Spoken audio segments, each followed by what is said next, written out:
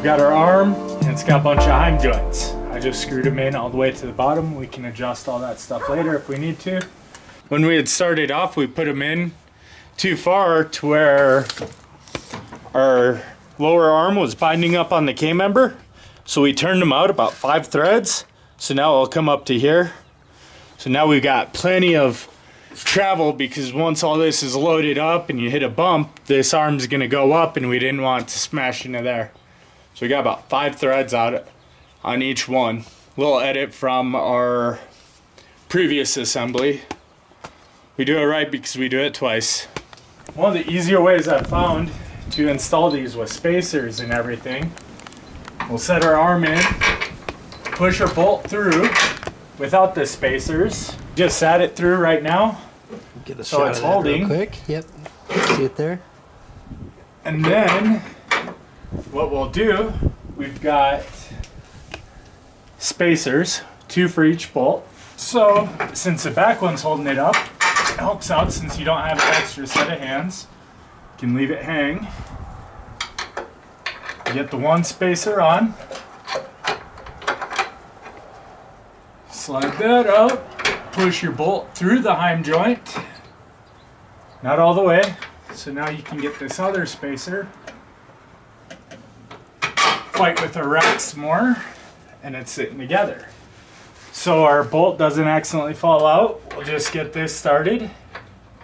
Just a couple threads, just keep it from falling apart. We'll grab our other 2 spacers for the rear. Can lift up on there, let that part of the arm hang down. We've got that bolt holding that spacer up. Get it in there a little. Now it's holding. We set our other spacer in there and push our bolt forward through that hole. Now our spacers are in. It's usually the easiest way. Just doesn't take a whole lot of effort. Then before we forget, we'll put that guy back in here.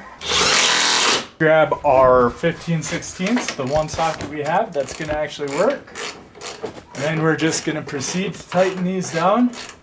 Right now there is a little bit of play forward and back, but there's a little forward and back play. But once we get this getting tight, this will pinch together and it'll keep this arm from moving forward and back.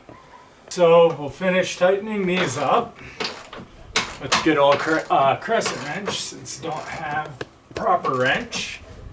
Okay, let's get it tight. Now see how the arm doesn't slide back and forth like it did earlier? And since we have a little bit of a paint residue in these threads, it made it just a little tighter. Not an issue to worry about. So I just put a bolt in. Makes it a lot quicker and easier to tighten up these heim joints. That way you got leverage. Leverage is awesome. Okay, so we got to our stopping point. I'm gonna go back just a hair, so it's horizontal. And then these knuckles are different. There is a left and a right side. So it sits on like this. We've got our caliper bolts back here. The other knuckle, the caliper bolts are up here. Even though the bottom parts are the same, don't worry about that. So we can see all our spacers. That's the setting that they're supposed to be. Can you see that in the video? Yep. So what we are going to do is undo this nut. We're going to pull this bolt down just far enough to pull out one nice machined little spacer. Looks like that. Goes in there. This on top. Cool thing is, since we have it sitting down like this, not only can we knock our bolt into the power steering fluid we lost, but we'll get our spacer, washer, get our bolt started to hold it all, keep it from falling. This does have to go in pretty square, so there isn't a whole lot of play, and it's pretty stout, very well built knuckle. See if I can struggle without blocking the view of the camera. This isn't too hard, it's just a little bit of finesse that's required. Kind of shake that around a little. And there we go. Nice. We've got that up through there. We will just get this nut on there so it's snug so it all doesn't fall apart. Oh, now we're going to remove this sway bar because these arms don't have any provision for a sway bar. We aren't going to play that game. We've got this shield right here. It's different from your inner liner. It's two different shields. We're going to try leaving this one in here. That way it helps direct all the airflow through your radiator. Just keeps good separation. There's a little black push pin like this on the back side of here. You can get away with putting needle nose pliers or something up in there once in a while. I'll try it with a flat screwdriver. Should be able to pry it out. Just popped out relatively easy. That way we'll have that out of our way. Get our 16mm socket on an extension and the impact. You can do it with a wrench, but I'm trying to be lazy now. If I had a deep socket, it'd be a lot nicer, but I don't. So what I was doing, just put the socket on there halfway. It's not really the right way, but it works. Makes things a little more difficult.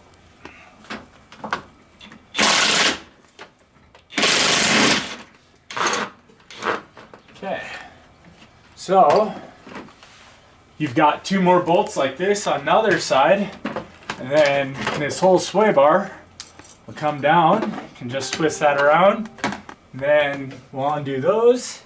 And we'll finagle the sway bar over these power steering cooler lines.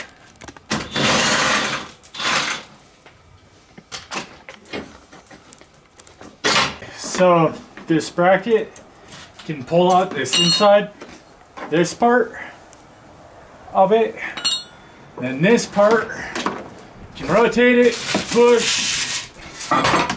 Once in a while that bracket comes off, makes things easier, once in a while it doesn't. But now we don't have a sway bar. These are just sitting in there. We can probably just ignore those. It's not really an issue. Since we didn't destroy our plastic clip, we can push that back in there, find that hole, push it there. Cool, problem solved. This is still gonna be here. Feels like it might be missing one. Likely is. Yeah. We can get But one. whatever.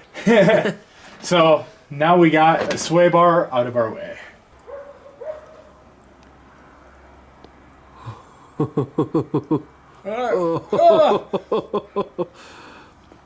Do not try I'm this at scared. home, kids.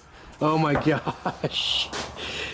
For people that don't believe it, it's an 8-pound sledge, so it's legit. She's got some mass to her. So before we forget, we've got all the angle stuff done. We still got tighten everything up. And then the kit comes with these little rings. These rings go right here. They compress down and they'll sit on the inside of the rotor. Kind of like so. They're just to help keep the rotor centered. So you'll want to make sure you install those. But we don't have the brakes right now. My flashlight battery just died, so and he just dang Joel Robinson. Alright, you gotta redo that scene. You gotta redo that one. That was